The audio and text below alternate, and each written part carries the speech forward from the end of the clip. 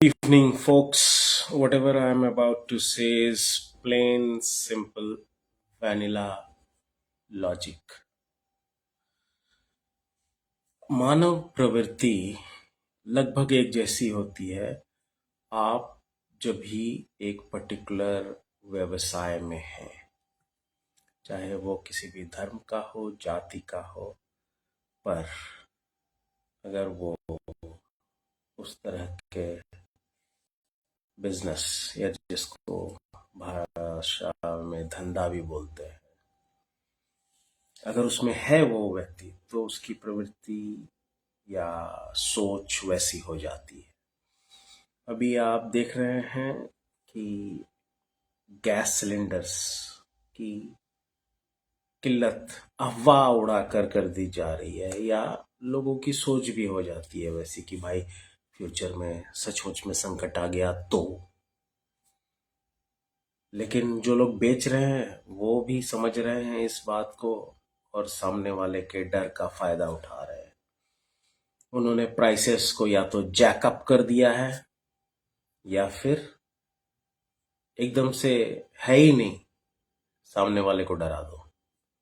तो ये जो डर का बिजनेस है, सब अपने अपने प्रोफेशन में उस हिसाब से करते हैं। अगर कोई इलाज कर रहा है किसी व्यक्ति का, तो वो उसको डराकर अलग अलग तरीके से पैसे कमाने की कोशिश करता है। कुछ समय पहले इसी तरह जब एक पैंडेमिक आया था पूरी दुनिया में, तो ऑक्सीजन सिलेंडर्स की कमी या फिर उस महामारी से बचने की दवाई, इंजेक्शन, उसकी किल्लत। उससे पहले कभी हो गया था कि चीनी मार्केट से गायब, तो उसकी अफवाह, किल्लत। या फिर नमक, 2013-16 में ऐसा भी हुआ था कि नमक की कमी हो रही है, नमक 250-150 के रुपए किलो में चल गया था। So we all need to understand कि our human brains almost function or react similarly in such kind of situations. लेकिन क्यों ऐसा क्यों होता है, या हम ऐसे प्रोग्राम कैसे हो गए? आप धोखा किसको दे रहे हैं? कंट्रीमैन। मान लीजिए मैं मुंगेर शहर में रह रहा हूँ, अगर यहाँ पे वे बिजनेसमैन या जो उस तरह के कारोबार में हैं, जो डर का फायदा उठा रहे हैं, वो अपने ही भाइयों को, क्योंकि एक ही शहर में है, तो हम, जैसे पहले कंसेप्ट होता था एक ही गुरुकुल में पढ़ रहे हैं तो गुरु भाई, तो अपने ही शहर भाई को आप चूना लगाने की कोशिश कर रहे हैं। ये किसी भी शहर के लिए बोल सकते हैं। अगर कोई दिल्ली में रह रहा है, कोई भोपाल में रह रहा है, कोई इंदौर में रह रहा है, कहीं पर भी। और फिर सबको देशभक्ति भी याद आ जाती है 26 जनवरी और 15 अगस्त को, और भाई भाई बोलते हैं एक दूसरे को, हम भारतवासी सब भाई भाई हैं।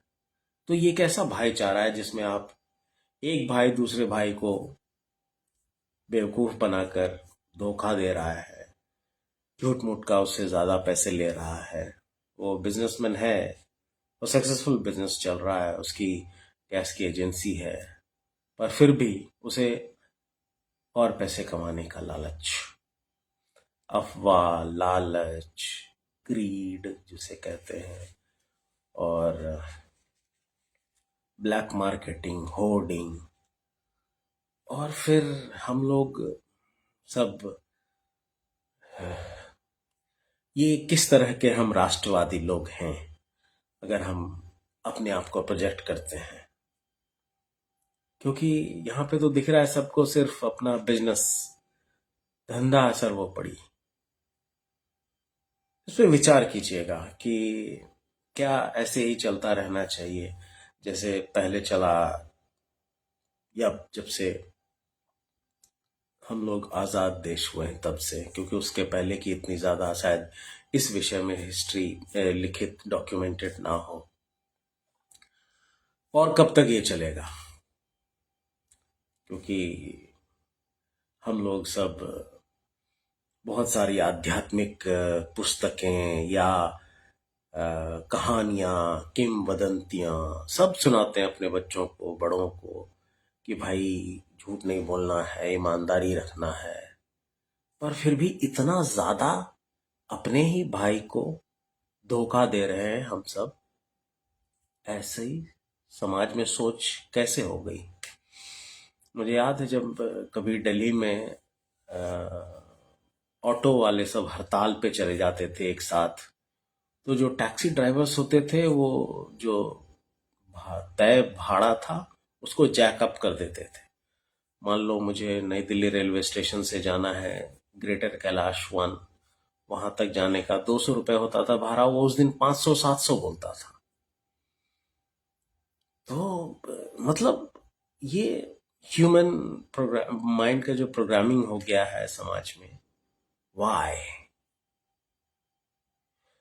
Let's think about it. और अगर कुछ अच्छा बदलाव कर सके तो आने वाली जनरेशन के लिए हम एक बेहतर भारत छोड़कर जाएंगे।